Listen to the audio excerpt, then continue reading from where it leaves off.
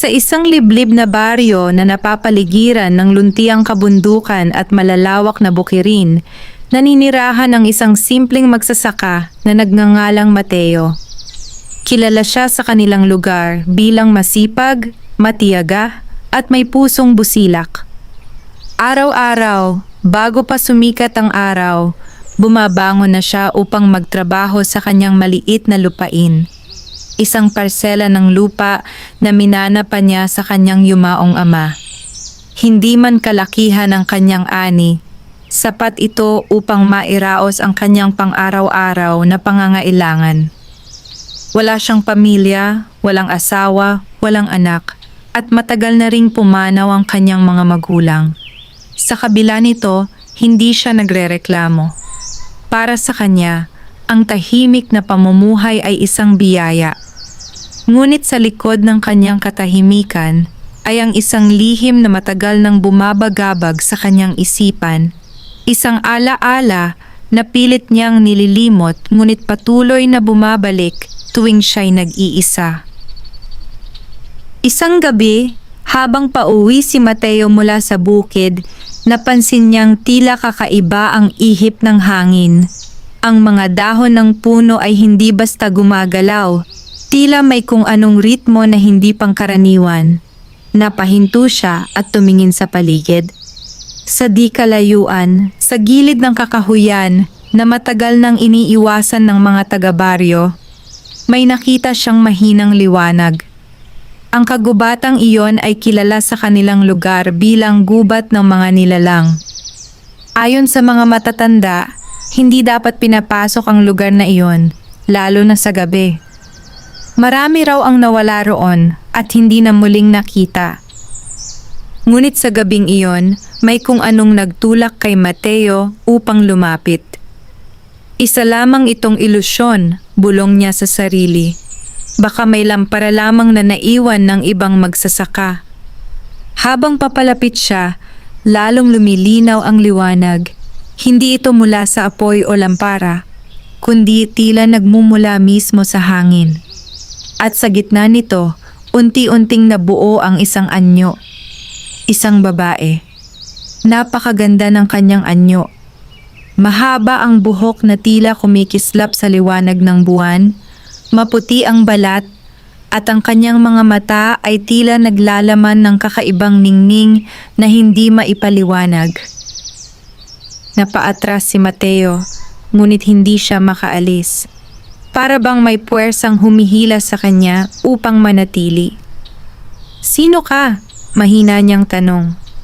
Ngumiti ang babae at sa isang iglap, tila naging payapa ang buong paligid. "Ako ay isang nilalang na matagal nang nagbabantay sa lugar na ito." Sagot ng babae sa tinig na tila umaalingaw-ngaw sa hangin. "At ikaw, Mateo, ay matagal ko nang pinagmamasdan." Napalunok si Mateo. "Pinagmamasdan? Ako?" Tumango ang babae.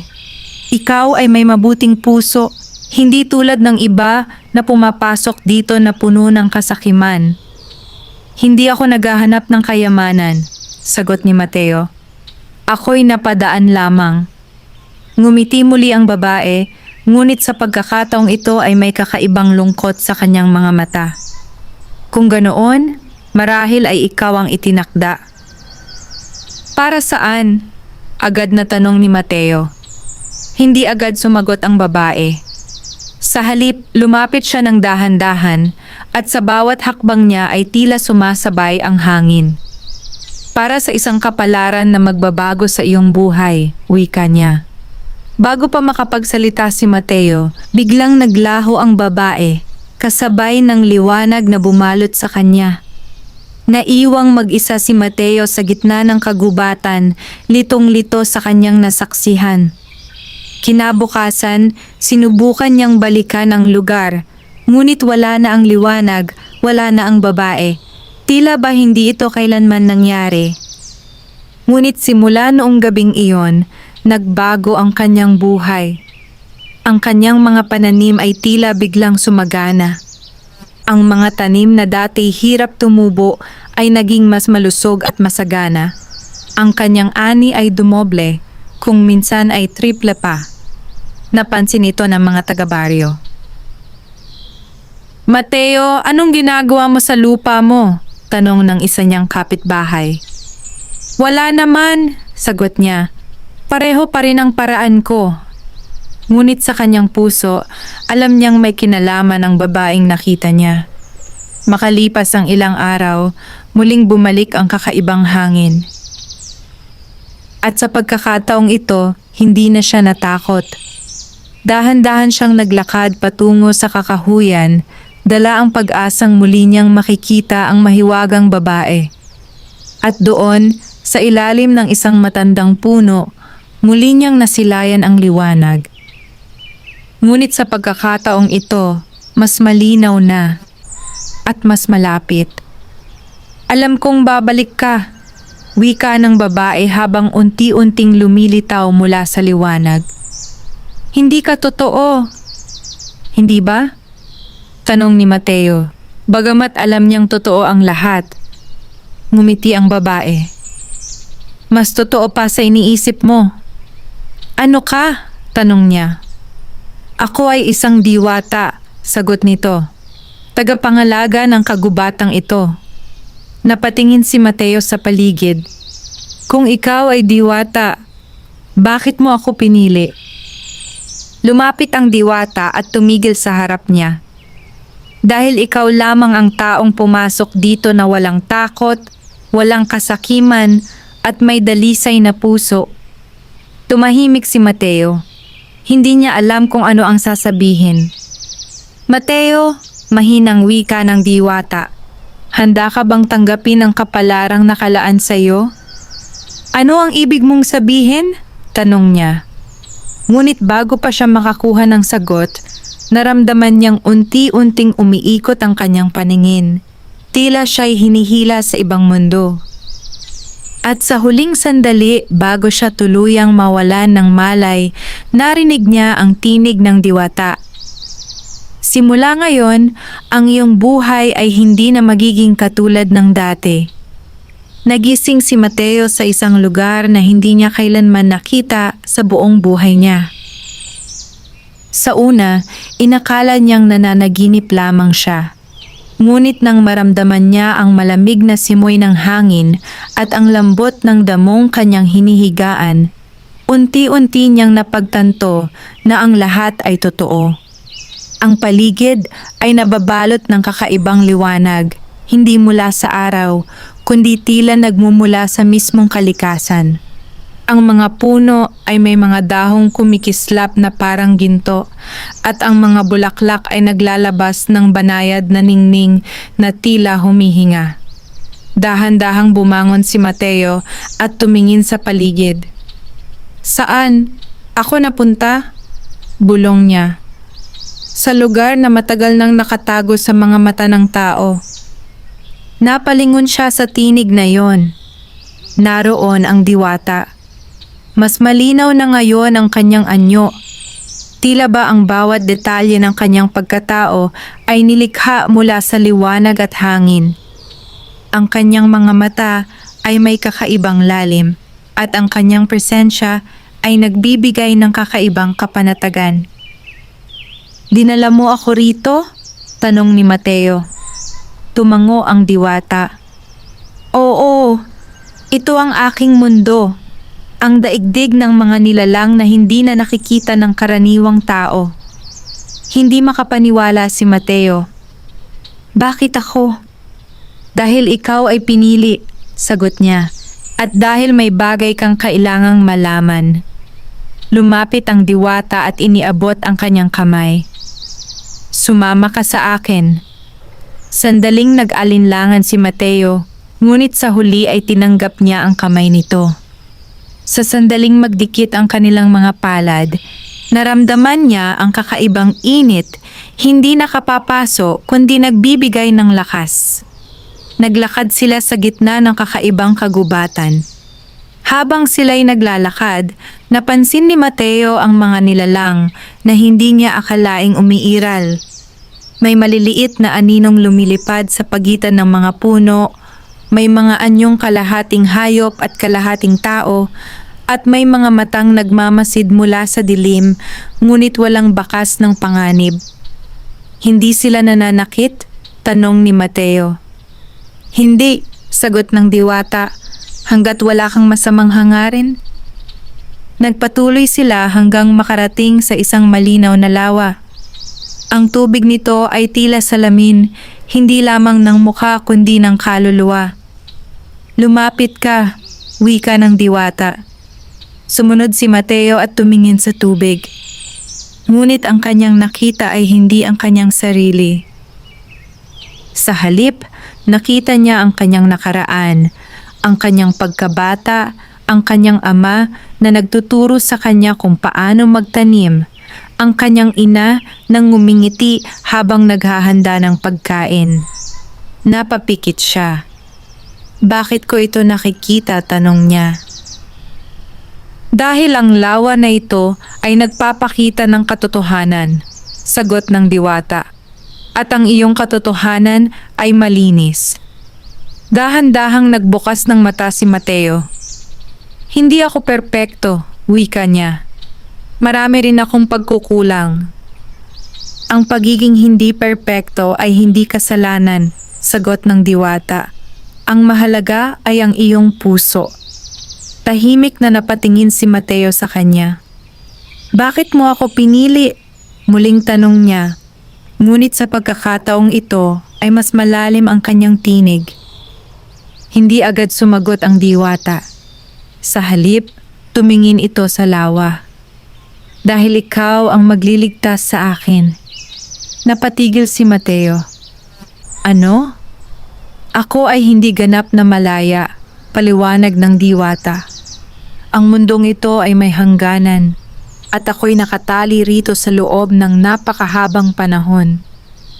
Paano kita matutulungan? Tanong niya. Humarap ang diwata sa kanya. Kailangan kong makatawid sa iyong mundo, sa mundo ng tao. Napakunot ang noo ni Mateo. Hindi ba iyon mapanganib? Mapanganib, amin ng diwata. Ngunit iyon lamang ang paraan upang matapos ang sumpang bumabalot sa akin. Sumpa? Tumango ang diwata. Matagal na ang nakalipas. Ako ay pinagbawalan na makisalamuha sa tao. Ngunit sinuway ko iyon. At bilang kaparusahan, ako ay ikinulong sa pagitan ng dalawang mundo. Tahimik si Mateo habang nakikinig. At ngayon, dugtong ng diwata. Ikaw ang susi upang ako'y makalaya. Paano? Tanong niya. Lumapit ang diwata at hinawakan ang kanyang kamay. Sa pamamagitan ng isang pangako. Ano ang pangakong iyon? Na ako'y iyong tatanggapin sa iyong mundo at sa iyong buhay. Napatingin si Mateo sa kanyang mga mata. Anong ibig mong sabihin? Hindi agad sumagot ang diwata. Ngunit sa kanyang mga mata, malinaw ang sagot. At kung tanggapin kita? Tanong ni Mateo, halos pabulong.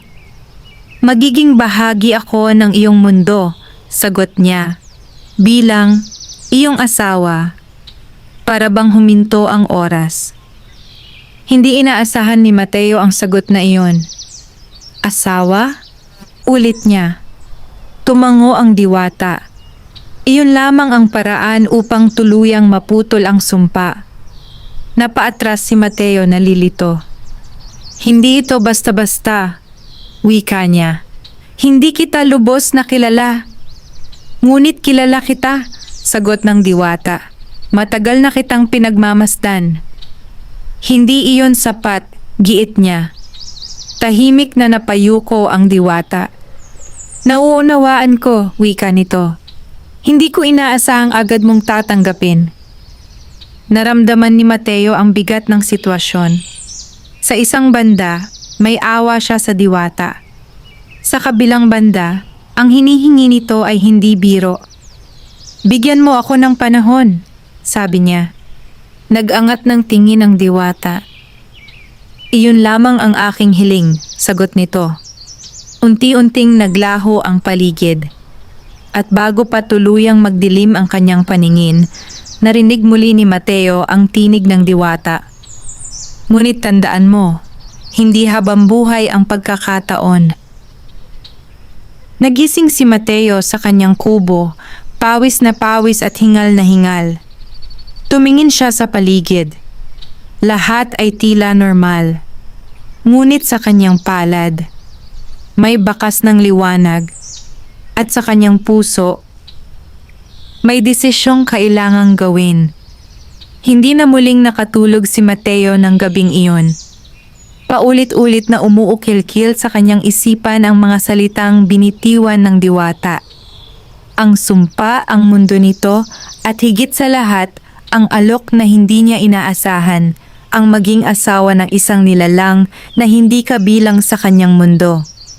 Paglabas niya ng kanyang kubo kinabukasan, sinalubong siya ng malamig na simoy ng umaga. Ngunit kahit gaano kaganda ang tanawin ng kanyang bukirin, hindi nito kayang alisin ang bigat na kanyang nararamdaman. Habang siya'y nagtatrabaho, napansin niyang tila mas masigla pa ang kanyang mga pananim kaysa dati. Ang mga dahon ay mas luntian, ang mga bunga ay mas matataba, at ang lupa ay tila may sariling buhay.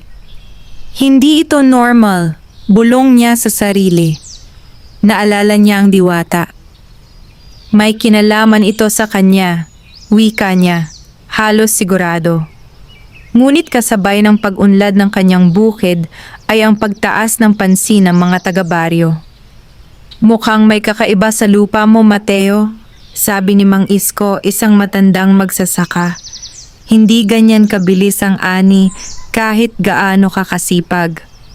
Ngumiti lamang si Mateo. Sinuswerte lang po siguro.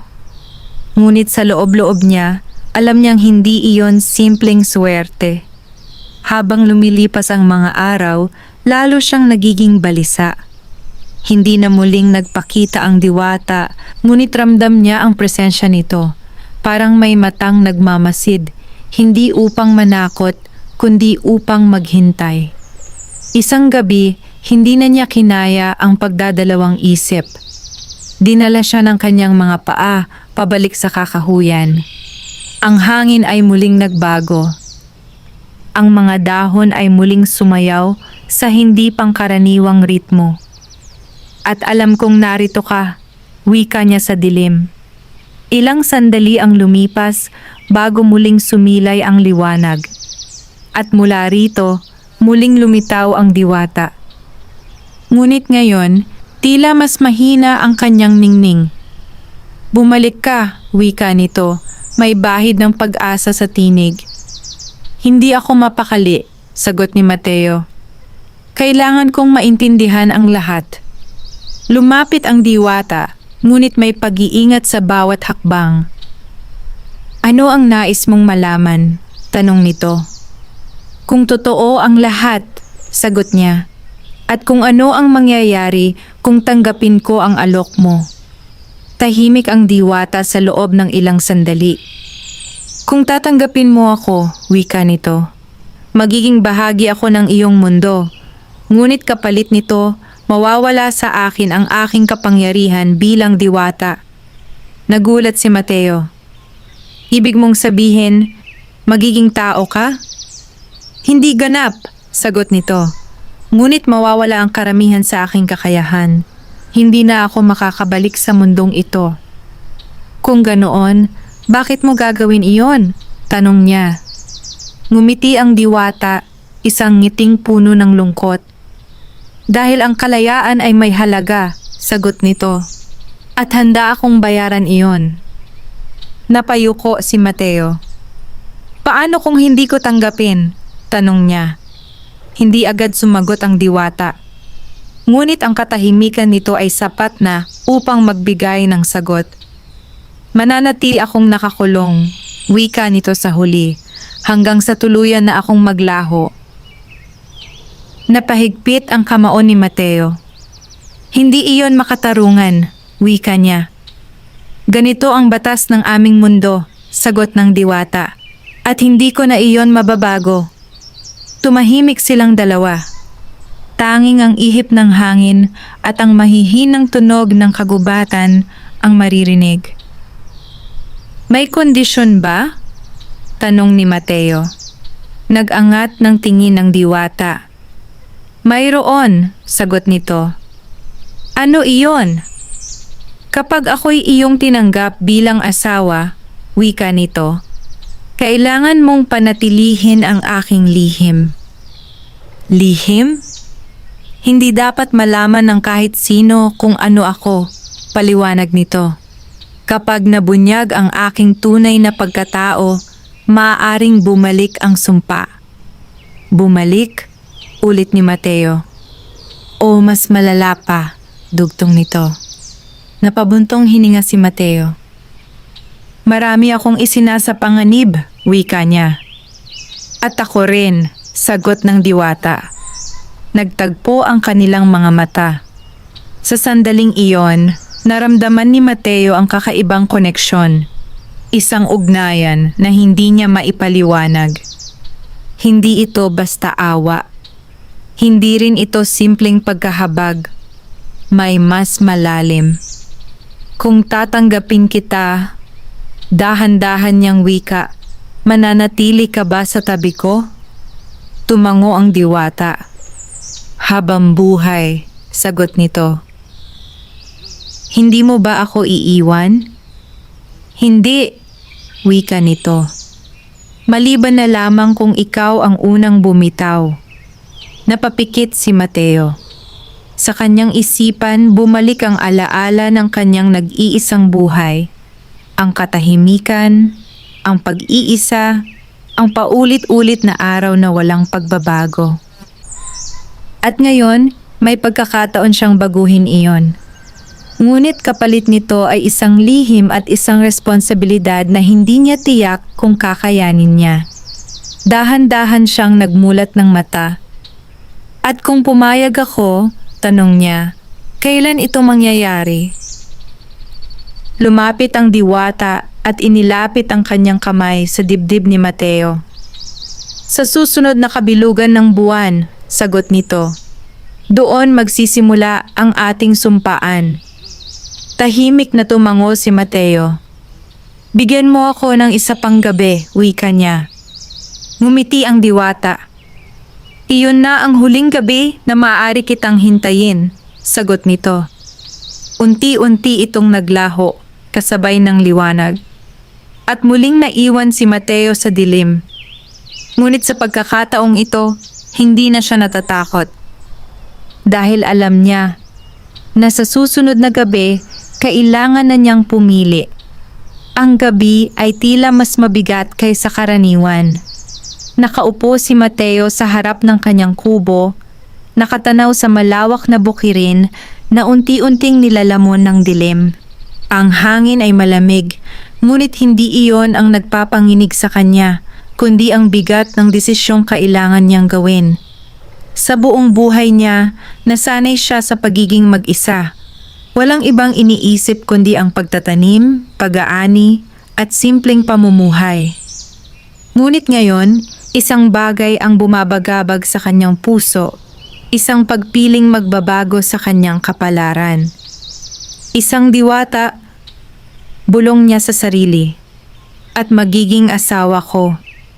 Hindi niya maiwasang mapangiti ng bahagya, ngunit agad din itong napawi ng pag-aalinlangan. Paano kung mali ang desisyon ko? Tanong niya sa sarili. Naalala niya ang mga babala ng matatanda sa baryo, ang huwag pumasok sa kagubatan, ang huwag makipag-ugnayan sa mga nilalang na hindi tao. Ngunit naalala rin niya ang mga mata ng diwata. Hindi ito mapanlinlang, kundi puno ng pag-asa at lungkot. Kung iiwan ko siya, wika niya, mawawala siya. Napapikit si Mateo. Sa kanyang puso, alam niyang hindi niya kayang talikuran ang isang nilalang na humihingi lamang ng kalayaan. Ngunit handa ba siyang tanggapin ang lahat ng kaakibat nito? Hindi nagtagal, tumayo siya. Hindi na niya kailangang maghintay pa ng umaga. Alam na niya ang sagot. Muli siyang naglakad patungo sa kakahuyan. Sa bawat hakbang, tila mas lumalakas ang tibok ng kanyang puso. Ngunit hindi ito takot. Ito'y kaba na may halong determinasyon. Pagdating niya sa gilid ng gubat, agad niyang naramdaman ang kakaibang presensya. Hindi na niya kailangang tawagin ang diwata, dahil ito ay naroon na. Lumilitaw mula sa liwanag, mas malinaw kaysa dati. Alam kong darating ka, wika nito, may bahid ng pananabik sa tinig. Huminga ng malalim si Mateo. Hindi ko na kailangang mag-isip pa, sagot niya. Nag-angat ng tingin ng diwata, naghihintay. At tinatanggap kita, dugtong ni Mateo. Tinatanggap kita bilang bahagi ng aking buhay, bilang aking asawa. Sa sandaling iyon, tila tumigil ang oras. Ang hangin ay huminto, ang mga dahon ay tumahimik, at ang liwanag sa paligid ay lalong luminaw. Unti-unting napangiti ang diwata, isang ngiting puno ng saya, ngunit may halong luha. Sigurado ka ba? Tanong nito, tila nais pang makatiyak. Tumango si Mateo. Hindi ko alam kung ano ang mangyayari, wika niya. Ngunit alam kong hindi ko kayang pabayaan ka. Dahan-dahang lumapit ang diwata. Kung ganoon, wika nito, simulan na natin ang sumpaan. Biglang nagbago ang paligid. Ang kagubatan ay tila naging mas maliwanag at ang lupa ay nabalot ng banayad na ningning. Sa kanilang paanan ay may mga simbolong unti-unting lumitaw, mga hugis na hindi pamilyar ngunit tila may sinaunang kahulugan. Tumayo ka sa harap ko, utos ng diwata. Sumunod si Mateo. Hawakan mo ang aking kamay. Ginawa niya ito at muli niyang naramdaman ang kakaibang init. Isara mo ang iyong mga mata, wika ng diwata. Sa kanyang pagsunod, naramdaman ni Mateo ang pag-ikot ng hangin sa kanilang paligid. Sa sandaling ito, marahang sambit ng diwata, ikaw ay pumapasok sa isang pangakong hindi maaaring sirain. Handa ako, sagot ni Mateo. At ako, dugtong ng diwata, ay iiwan ang aking mundo upang makasama ka. Biglang lumiwanag ang paligid. Isang malakas ngunit banayad na puwersa ang bumalot sa kanila. At sa gitna ng liwanag, naramdaman ni Mateo na tila may nagbabago. Hindi lamang sa paligid, kundi sa kanyang sarili. Unti-unting humina ang liwanag. At nang siya'y muling magmulat ng mata, wala na ang kagubatan. Nasa loob na siya ng kanyang kubo. Ngunit hindi siya nag-iisa. Sa kanyang harapan ay ang diwata, ngunit iba na ang anyo nito. Hindi na ito kumikislap. Ang kanyang balat ay tila mas mortal na.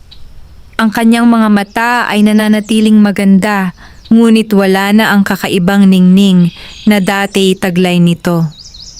Ako ba? Tanong nito, tila hindi pa rin makapaniwala.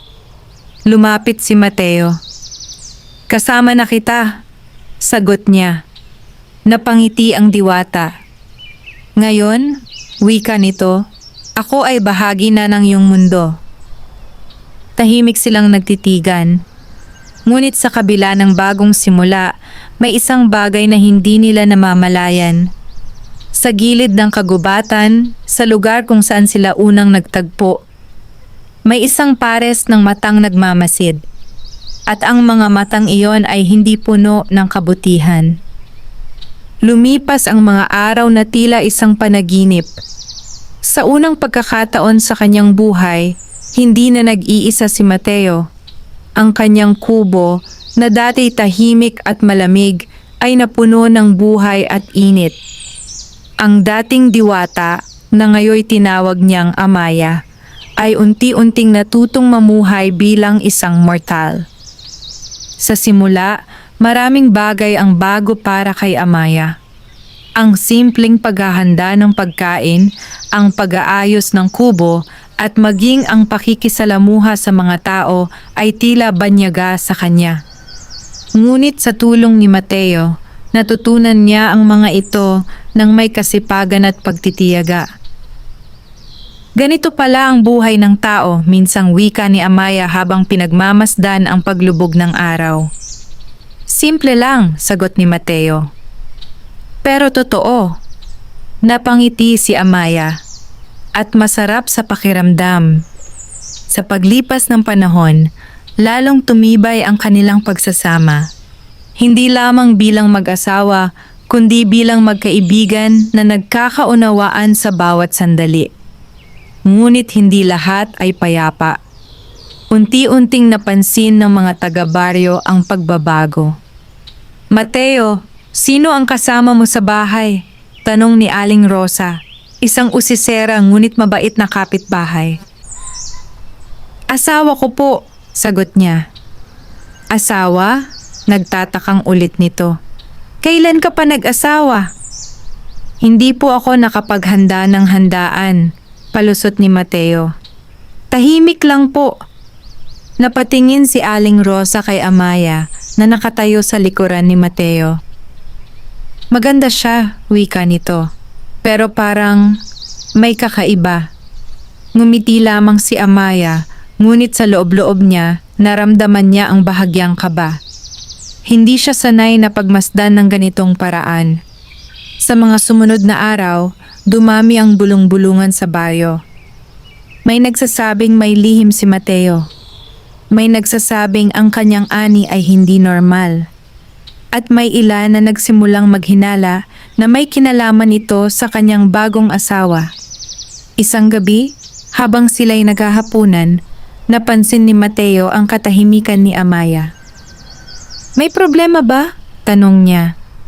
Nag-angat ng tingin si Amaya. Ramdam ko sila, wika nito. Ang kanilang mga pagdududa. Napabuntong hininga si Mateo. Mga tao lang sila, sagot niya. Sanay sila sa kung ano ang nakikita nila. Kapag may kakaiba, natatakot sila. Ngunit paano kung malaman nila ang totoo? Tanong ni Amaya. Tumahimik si Mateo. Naalala niya ang kondisyon ng kanilang sumpaan. Ang lihim. Hindi nila dapat malaman, mariin niyang sagot. Ngunit bago pa sila makapagsalita muli, biglang umihip ang malakas na hangin. Ang ilaw sa kanilang kubo ay kumurap. At sa labas, may aninong dumaan. Agad tumayo si Mateo. May tao ba roon? Sigaw niya. Walang sumagot. Ngunit ramdam niya ang presensya. Tahimik ngunit mabigat. Lumabas siya ng kubo, dala ang isang sulo. Ngunit wala siyang nakita. Tanging ang malamig na hangin at ang katahimikan ng gabi. Pagbalik niya sa loob, nakita niyang nakatayo si Amaya sa gitna ng silid, tila may pinakikinggan. Ano yun? Tanong niya. Dahan-dahang lumingon si Amaya. Atin na siyang nakita, wika nito sa mahina ngunit seryosong tinig. Sino? Tanong ni Mateo. Hindi agad sumagot si Amaya. Ngunit ang kanyang mga mata ay nagbago. Tila may bahid ng dating ningning, ngunit ngayon ay puno ng pag-aalala. Isang nilalang mula sa aking mundo, sagot nito. At hindi siya naparito para sa kabutihan. Naramdaman ni Mateo ang paglamig ng kanyang dugo. Sinundan ka niya? Tanong niya. Hindi, sagot ni Amaya.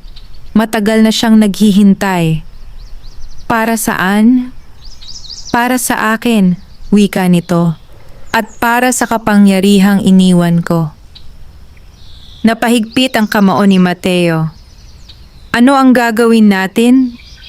Lumapit si Amaya at hinawakan ang kanyang kamay. Hindi tayo maaaring magkamali, sagot nito. Kapag nalaman niya na ako ay ganap ng bahagi ng mundong ito, maaaring sirain niya ang lahat. Hindi ko hahayaang mangyari iyon, mariing wika ni Mateo. Ngunit sa kabila ng kanyang tapang, alam niyang hindi niya lubos na nauunawaan ang panganib na kanilang kinakaharap. Sa labas ng kanilang kubo, sa ilalim ng dilim ng gabi, ang pares ng matang matagal nang nagmamasid ay muling kumislap. At sa pagkakataong ito, mas malapit na ito. Hindi na muling naging payapa ang gabi para kina Mateo at Amaya. Mula nang maramdaman ni Amaya ang presensya ng nilalang mula sa kanyang mundo, tila nagbago ang ihip ng hangin sa paligid ng kanilang kubo. Ang dating banayad na simoy ay napalitan ng malamig at mabigat na hangin na tila may dalang babala. Kinabukasan, maagang nagising si Mateo. Lumabas siya upang tingnan ang kanyang bukirin, ngunit agad siyang napahinto. Ang ilan sa kanyang mga pananim ay tila nalanta. Ang mga dahon na dati luntian ay naging maputla at ang lupa ay tila nawalan ng sigla. Hindi ito normal, bulong niya. Hindi kailanman nangyari ito mula nang dumating si Amaya sa kanyang buhay. Agad siyang bumalik sa kubo. Amaya, tawag niya. Nakita niya itong nakaupo sa isang sulok, tahimik at tila may iniisip. May nangyari sa bukid, wika ni Mateo. Parang may kumukuha ng buhay sa lupa. Dahan-dahang nag-angat ng tingin si Amaya. At nagsimula na siya, sagot nito. Sino? Tanong ni Mateo, bagamat alam na niya ang sagot. Ang nilalang na sumusunod sa akin, wika ni Amaya. Hindi siya basta nilalang. Isa siyang bantay ng kagubatan, ngunit hindi tulad ko. Ano ang ibig mong sabihin? Siya ay nilikha upang magparusa, paliwanag nito. Upang tiyakin na ang mga batas ng aming mundo ay hindi malalabag. Dahil sa ginawa mo, tanong ni Mateo. Tumango si Amaya. Dahil pinili kong maging malaya, sagot nito. At dahil pinili kitang makasama. Napahigpit ang kamao ni Mateo. Kung ganoon, ako ang target niya, wika niya. Hindi, agad na sagot ni Amaya. Ako. Hindi kita hahayaang mapahamak, mariin niyang wika. Ngunit bago pa siya makapagsalita muli, biglang umihip ang malakas na hangin. Ang pintuan ng kubo ay kusang bumukas. At sa labas, may isang anyo na unti-unting lumilitaw mula sa dilim. Matangkad. Balot ng anino. At ang mga mata nito ay tila nagliliyab sa malamig na liwanag. Sa wakas, wika ng nilalang sa tinig na tila nagmumula sa kailaliman ng lupa. Natagpuan din kita. Agad na humakbang si Mateo sa harap ni Amaya. Umalis ka rito, sigaw niya. Ngunit hindi gumalaw ang nilalang. Sa halip, dahan-dahan itong lumapit. Hindi ikaw ang kausap ko, mortal, wika nito. Kung hindi, sino? Sagot ni Mateo. Ang tumakas, sagot ng nilalang habang itinutuon ang tingin kay Amaya. Tahimik na tumayo si Amaya. At kung hindi ako sumama sa iyo? Tanong nito. Ngumiti ang nilalang, isang ngiting walang bakas ng awa. Kung ganoon, wika nito, pipilitin kitang sumama. Biglang lumakas ang hangin. Ang paligid ay tila nagdilim. At ang lupa sa ilalim nila ay bahagyang umuga. Hindi! Sigaw ni Mateo habang hinawakan si Amaya. Ngunit sa isang iglap, tila may puwersang humiwalay sa kanila. Napaatras si Mateo at si Amaya ay tila hinila ng hindi nakikitang kamay. Mateo! Sigaw ni Amaya. Agad siyang tumakbo patungo rito, ngunit tila may hadlang na hindi niya makita. Bitawan mo siya! Sigaw niya sa nilalang. Wala kang kapangyarihan dito, malamig na sagot nito. Ngunit sa sandaling iyon, may nangyari. Mula sa kamay ni Mateo, muling lumitaw ang mahinang liwanag, ang parehong liwanag na minsan niyang nakita matapos ang kanilang sumpaan. Napatingin ang nilalang. Ano ito? Wika nito, tila nagulat. Hindi rin alam ni Mateo kung paano ito nangyari. Ngunit ramdam niya ang kakaibang lakas na dumadaloy sa kanyang katawan. Hindi ko siya ibibigay sa iyo, mariin niyang wika. Unti-unting lumakas ang liwanag, at sa bawat sandali, tila humihina ang puwersang humihila kay Amaya. Imposible, bulong ng nilalang. Sa isang malakas na sigaw, itinaas ni Mateo ang kanyang kamay. At sa isang iglap, napaatras ang nilalang. Nawala ang hangin, at bumalik ang katahimikan. Nabitiwan si Amaya at agad na napasubsob sa lupa. Amaya! Sigaw ni Mateo habang nilapitan siya. Ayos lang ako. Mahina nitong sagot. Ngunit sa kanyang tinig, malinaw ang pagod.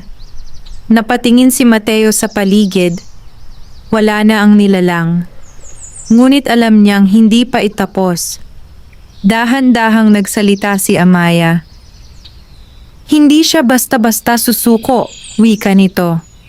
Babalik siya. At sa susunod, mas handa na siya. Napahigpit ang hawak ni Mateo sa kanyang kamay. Kung ganoon, sagot niya, mas handa rin tayo. Ngunit sa kanyang puso, alam niyang ang laban na kanilang haharapin ay hindi lamang para sa kanilang pagmamahalan, kundi para sa kanilang buhay. Magdamag na hindi nakatulog si Mateo. Paulit-ulit na bumabalik sa kanyang isipan ang nangyari. Ang pagdating ng nilalang, ang puwersang humila kay Amaya, at higit sa lahat, ang liwanag na lumabas mula sa kanyang sariling kamay. Paano nangyari iyon? Bulong niya habang nakaupo sa gilid ng kanyang higaan. Sa tabi niya, mahimbing na natutulog si Amaya, ngunit halatang pagod pa rin ang kanyang katawan. Paminsan-minsan, bahagya itong kumikilos, tila binabagabag ng panaginip. Tahimik na tumayo si Mateo at lumabas ng kubo. Ang bukirin ay tahimik, ngunit hindi na tulad ng dati. May bahagi pa rin ng lupa na tila hindi pa ganap na bumabalik sa sigla nito, mga palatandaan ng presensyang dumaan. Itinaas niya ang kanyang kamay. Sinubukan niyang alalahanin ang pakiramdam ng liwanag. Ngunit wala. Tanging ang malamig na hangin ang kanyang naramdaman. Hindi ko kontrolado, wika niya. Ngunit nasa iyo iyon. Napalingon si Mateo. Nakatayo si Amaya sa pintuan ng kubo, nakatingin sa kanya. Gising ka na pala, wika niya. Lumapit si Amaya. Hindi ko kayang matulog ng payapa habang alam kong nasa panganib tayo, sagot nito. Tahimik silang nagkatinginan. Amaya, wika ni Mateo, ano ang nangyari kagabi? Bakit ako nagkaroon ng ganoong kapangyarihan? Huminga ng malalim si Amaya. Hindi iyon basta kapangyarihan, sagot nito. Ito ay bunga ng ating sumpaan. Paano? Sa sandaling tinanggap mo ako, paliwanag nito, bahagi ng aking dating lakas ay napunta sa iyo. Nagulat si Mateo. Ibig mong sabihin, may kapangyarihan na ako? Hindi ganap, sagot ni Amaya. Ngunit sapat upang ipagtanggol ang sarili mo at ako. Napatingin si Mateo sa kanyang kamay. Kung ganoon, maaari ko itong gamitin laban sa nilalang na iyon? Maari, sagot ni Amaya. Ngunit hindi basta-basta. Bakit? Dahil ang kapangyarihang iyon ay hindi lamang lakas, paliwanag nito. Ito ay konektado sa iyong puso, sa iyong damdamin, sa iyong layunin. Hindi ko maintindihan, wika ni Mateo. Kapag ang iyong puso ay puno ng takot o galit, dugtong ni Amaya, maaaring mawala ang kontrol mo. Ngunit kung ito'y puno ng katapatan at tapang, lalakas ito. Tahimik si Mateo habang iniisip ang sinabi nito. Kung ganoon, wika niya, kailangan kong matutunang kontrolin ito. Tumango si Amaya. At kailangan nating magmadali, dagdag nito. Hindi magtatagal, babalik siya. Napabuntong hininga si Mateo. Kung ganoon, turuan mo ako. Nagulat si Amaya. Tuturuan kita? Ulit nito. Oo, sagot ni Mateo. Kung may kapangyarihan akong magagamit para protektahan tayo, hindi ko ito pababayaan.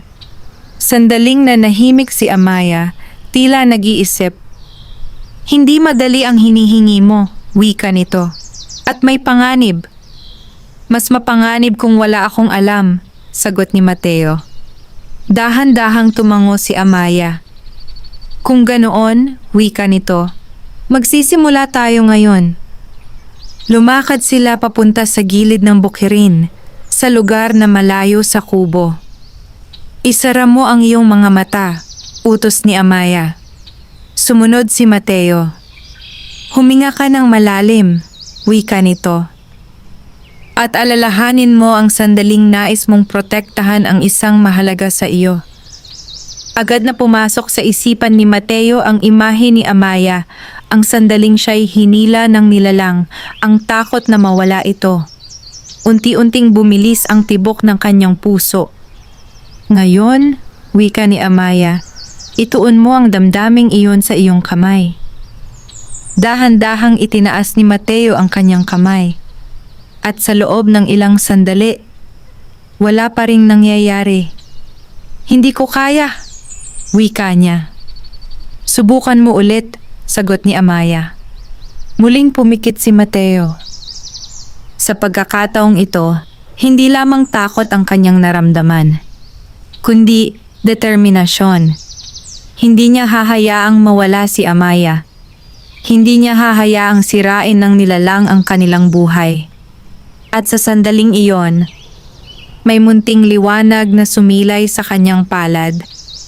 Mateo, bulong ni Amaya. Dahan-dahang nagmulat ng mata si Mateo at nakita niya ang liwanag. Mahina pa, ngunit malinaw. Nagawa ko, wika niya, tila hindi makapaniwala. Ngumiti si Amaya. Simula pa lamang iyan, sagot nito. Ngunit bago pa sila makapagsalita muli, biglang nagdilim ang langit. Ang hangin ay muling lumakas at sa di kalayuan, may isang pamilyar na presensya ang muling bumalik. Mas mabigat, mas mapanganib. At narito na siya, mahina ngunit matatag na wika ni Amaya. Napahigpit ang kamao ni Mateo. Ang munting liwanag sa kanyang kamay ay bahagyang lumakas. Sa pagkakataong ito, handa na siyang lumaban. Biglang dumilim ang kalangitan na para bang may makapal na ulap na sumaklob sa buong baryo. Ang hangin ay umalingaw-ngaw sa paligid, dala ang malamig at mabigat na presensya ng nilalang na muling nagbalik. Sa gitna ng bukirin, matatag na tumayo si Mateo, hawak ang liwanag sa kanyang palad. Sa kanyang tabi, si Amaya, bagamat wala na ang dating kapangyarihan, ay nanatiling matatag. Hindi tayo maaring umatras, wika ni Mateo. Huwag kang padadala sa galit, paalala ni Amaya. Alalahanin mo, ang lakas mo ay nagmumula sa iyong puso. Tumango si Mateo. Sa di kalayuan, unti-unting lumitaw ang nilalang. Mas malinaw na ngayon ang anyo nito. Isang matangkad na nilalang na tila binuo mula sa anino at hangin. Ang mga mata nito ay nagliliyab sa malamig na liwanag. At ang presensya nito ay sapat upang magdulot ng takot sa sino mang makakita. Hindi ka natuto, malamig nitong wika. Dapat ay sumama ka na lamang sa akin. Hinding-hindi, sagot ni Amaya. Kung ganoon, wika ng nilalang, pipilitin kitang bumalik. Sa isang iglap, umihip ang napakalakas na hangin. Ang lupa ay bahagyang umuga. Ang mga puno ay nagsiyuko. Mateo! Sigaw ni Amaya. Agad siyang humakbang pasulong. Hindi mo siya madadala, mariin niyang sigaw. Itinaas niya ang kanyang kamay at ang liwanag ay muling sumilay. Ngunit sa pagkakataong ito, mas maliwanag, mas matatag. Napahinto ang nilalang. Ang kapangyarihang iyan, bulong nito. Hindi dapat mapasa iyo iyan. Ngunit nasa akin na, sagot ni Mateo. Sa isang malakas na hakbang, lumapit ang nilalang. At kukunin ko iyan pabalik. Biglang sumugod ang anino, tila alon ng dilim na papalapit sa kanila. Ngunit hindi umatras si Mateo. Sa halip, ipinikit niya ang kanyang mga mata sa loob ng isang saglit at inalala ang dahilan kung bakit siya lumalaban.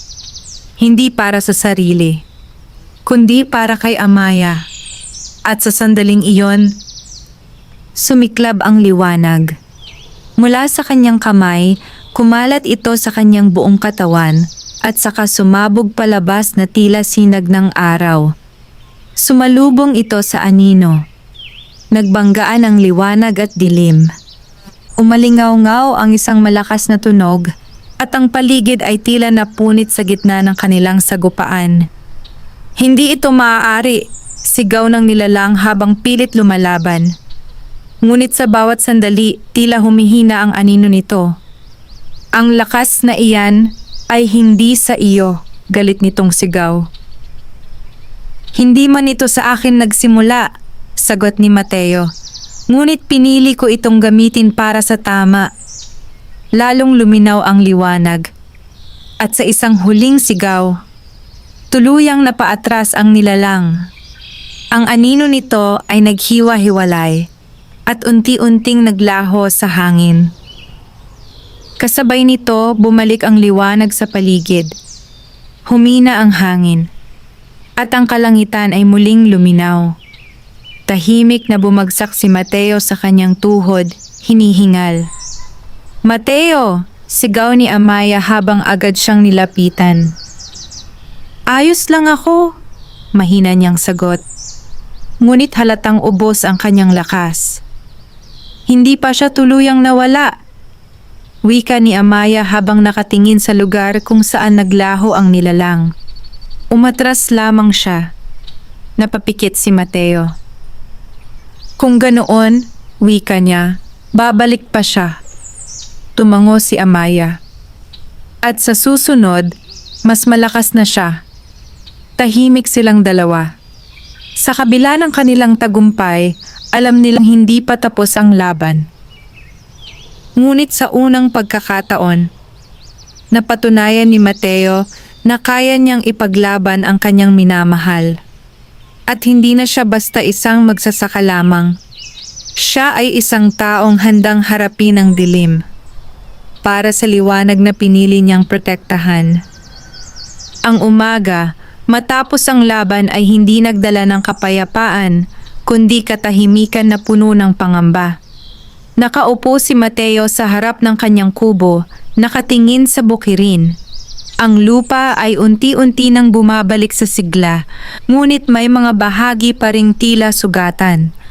Parang alaala ng naganap na labanan na hindi madaling maghilom. Sa loob ng kubo, si Amaya ay tahimik na nagpapahinga. Bagamat hindi siya direktang nasugatan, ramdam niya ang pagkapagod, isang pagod na tila nagmumula sa kaibuturan ng kanyang pagkatao. Dahan-dahang pumasok si Mateo. "Kamusta ang pakiramdam mo?" tanong niya. Nagmulat ng mata si Amaya at bahagyang ngumiti. "Mas maayos na," sagot nito. "Ngunit ramdam ko na may nagbago." Napakunot ang noo ni Mateo. "Ano ang ibig mong sabihin?" Umupo si Amaya at tumingin sa kanyang mga kamay. "Ang koneksyon ko sa aking dating mundo, mas lalo pang humina," wika nito. Parang may unti-unting napuputol. Tahimik si Mateo. Naalala niya ang sinabi ng diwata noon na ang pagiging bahagi nito sa mundo ng tao ay may kapalit. "Ito ba ang kapalit?" tanong niya. Tumango si Amaya. "Ang bawat paggamit ng kapangyarihang iyon," wika nito, "ay may presyo." Napatingin si Mateo sa kanyang kamay. "Kung ganoon, dahil sa akin?" "Hindi," agad na sagot ni Amaya. "Ito ay bunga ng ating piniling landas." Ngunit hindi pa rin mapawi ang bigat sa dibdib ni Mateo. "Kung patuloy kong gagamitin ang kapangyarihang ito, ano ang mangyayari sa iyo?" tanong niya. Sandaling nanahimik si Amaya. "At kung darating ang panahon," marahan nitong wika, "maaaring tuluyan na akong mawalan ng natitirang bahagi ng aking pagkatao bilang diwata." Napatigil si Mateo. "Ibig mong sabihin, magiging ganap akong mortal," dugtong ni Amaya. "At kapag nangyari iyon, wala nang paraan upang maibalik ang dati." Tahimik ang kubo. Tanging ang mahinang ihip ng hangin ang maririnig. "Hindi ko hahayaang mangyari iyon," mariing wika ni Mateo. Ngumiti si Amaya, ngunit may lungkot sa kanyang mga mata. "Mateo," wika nito, "ang mahalaga ay ang ngayon. Ang mga desisyong ginagawa natin ay bahagi ng ating kapalaran." Ngunit hindi kumbinsido si Mateo. "Kung may paraan upang maiwasan ito," wika niya, "hahanapin ko." Bago pa makasagot si Amaya, may kumatok sa kanilang pintuan. Nagkatinginan sila. "Mateo! Nariyan ka ba?" Sigaw mula sa labas. Boses iyon ni Mang Isko. Agad tumayo si Mateo at binuksan ang pinto.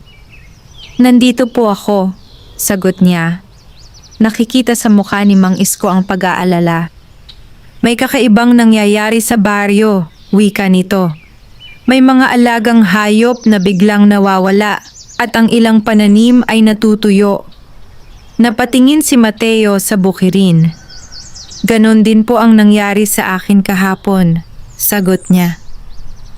"Hindi ito normal," dugtong ni Mang Isko. "Parang may masamang presensya."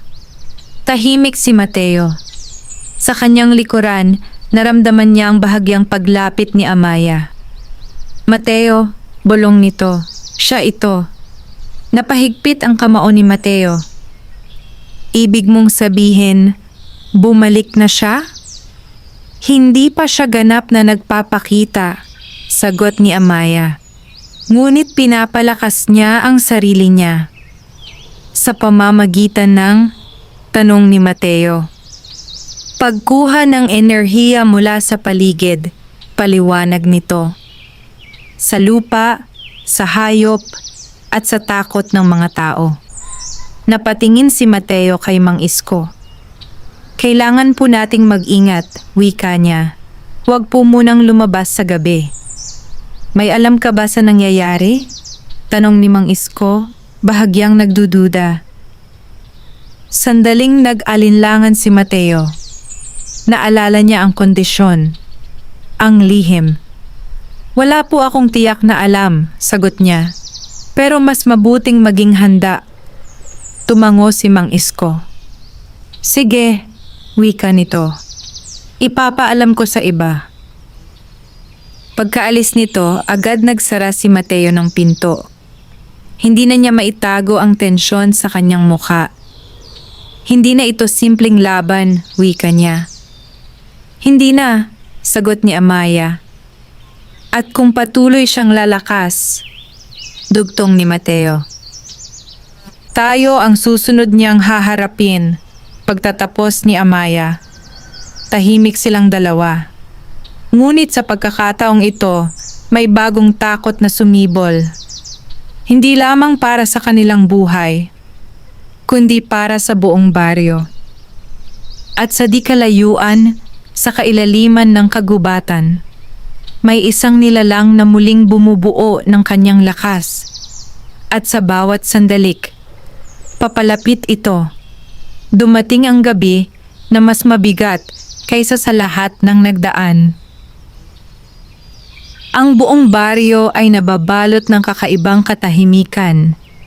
Walang maririnig na huni ng mga kuliglig, walang galaw ng hangin, at maging ang mga aso ay tila atutong manahimik. Para bang ang kalikasan mismo ay naghihintay sa kung anong darating. Sa loob ng kubo, tahimik na nakaupo sina Mateo at Amaya. Hindi na nila kailangang magsalita. Pareho nilang nararamdaman na ito na ang gabi ng paghaharap. Malakas na siya, mahina ngunit malinaw na wika ni Amaya. Mas malakas kaysa dati. Tumango si Mateo. At hindi na siya aatras, sagot niya. Dahan-dahang tumayo si Amaya at lumapit sa kanya. Mateo, wika nito.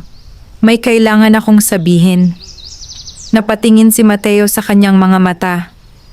Kung sakaling hindi natin siya matalo, panimula ni Amaya. Huwag mong ituloy, agad niyang putol. Ngunit umiling si Amaya. Kailangan mong malaman, giit nito. May isang paraan upang tuluyang matapos ito. Tahimik si Mateo. Ano yon? Tanong niya. Huminga ng malalim si Amaya. Ang pagbabalik ko sa aking mundo, sagot nito. Para bang may kumurot sa puso ni Mateo. Iyon ang gusto niya, wika niya. Hindi ko hahayaang mangyari iyon. Hindi iyon ang buong katotohanan, sagot ni Amaya. Kung kusa akong babalik, mapuputol ang kanyang kapangyarihan sa mundong ito. Ngunit ibig sabihin, hindi na niya natapos ang kanyang sasabihin. Maghihiwalay tayo, dugtong ni Amaya. Tahimik ang kubo. Ang mga salitang iyon ay tila bumagsak na parang mabigat na bato sa pagitan nila. Hindi, mariing wika ni Mateo. May ibang paraan. Mateo, wika ni Amaya, hindi lahat ng laban ay napapanalunan sa pamamagitan ng lakas. Ngunit hindi rin lahat ng laban ay dapat isuko, sagot niya. Nagtagpo ang kanilang mga mata. Sa sandaling iyon, walang diwata at walang magsasaka. Dalawang pusong nagmamahalan lamang ang naroon. At kung mawala ka, mahina niyang wika. Ngumiti si Amaya, ngunit may luha sa kanyang mga mata. Hindi ako mawawala, sagot nito. Magiging bahagi pa rin ako ng iyong alaala. Hindi iyon sapat, wika ni Mateo. Bago pa sila makapagsalita muli, biglang umihip ang napakalakas na hangin. Ang pintuan ng kubo ay muling bumukas. At sa labas, ang kadiliman ay tila may anyo. Dahan-dahang lumitaw ang nilalang. Ngunit ngayon, hindi na ito tulad ng dati. Mas malaki, mas madilim. At ang mga mata nito ay tila apoy na walang init. Natapos na ang oras ng pagtatago, wika nito. Oras na upang wakasan ito. Agad tumayo si Mateo sa harap ni Amaya. Hinding-hindi, sigaw niya. Ngunit hindi gumalaw ang nilalang. Sa halip, itinaas nito ang kanyang kamay. At ang buong paligid ay nabalot ng dilim. Ang lupa ay umuga. Ang hangin ay sumigaw. at ang kubo ay tila unti-unting nadudurog sa lakas ng presensya nito. "Mateo!" sigaw ni Amaya. Ngunit sa pagkakataong ito, hindi na siya umatras. Sa halip, tumayo siya ng matatag. "Hindi kita iiwan," wika niya. "Ngunit kailangan mo," sagot ni Amaya. Bigla nitong hinawakan ng kanyang kamay. At sa sandaling iyon, may kakaibang liwanag na sumilay sa pagitan nila. "Amaya, ano ang ginagawa mo?" tanong ni Mateo. "Ang tanging paraan," sagot nito. Unti-unting lumakas ang liwanag. Ngunit sa bawat sandali, tila humihina si Amaya. "Hindi!" sigaw ni Mateo. "Huwag mo itong gawin!" Ngunit ngumiti si Amaya. "Pinili kita," wika nito. "At pipiliin kita hanggang sa huli." Biglang sumabog ang liwanag. Isang napakalakas na puwersa ang kumalat sa paligid, tumama sa nilalang ng dilim. Sumigaw ito sa galit at sakit. "Ano ito?" sigaw nito. "Ang wakas ng iyong kapangyarihan," mahina ngunit matatag na wika ni Amaya. Unti-unting naglaho ang anyo ng nilalang, hanggang sa tuluyan itong naglaho sa hangin. Kasabay nito, humina ang liwanag, at sa gitna ng katahimikan, bumagsak si Mateo sa lupa. "Amaya," mahina niyang tawag. Ngunit walang sumagot. Dahan-dahan siyang nagmulat ng mata. Ang paligid ay tahimik na muli. Ang hangin ay bumalik sa dati nitong banayad na ihip. Ngunit wala na si Amaya. Napapikit si Mateo, pilit pinipigil ang sakit sa kanyang dibdib, sa kanyang kamay. Naroon pa rin ang mahinang liwanag, at sa kanyang puso, ang alaala ng isang diwata na minsang naging kanyang asawa. Ngunit sa kabila ng kanyang pagdadalamhati, may isang bagay na hindi niya napansin. Sa gitna ng katahimikan, may munting liwanag na muling sumilay sa di kalayuan. At sa loob nito, may isang anyo na unti-unting nabubuo, wakas,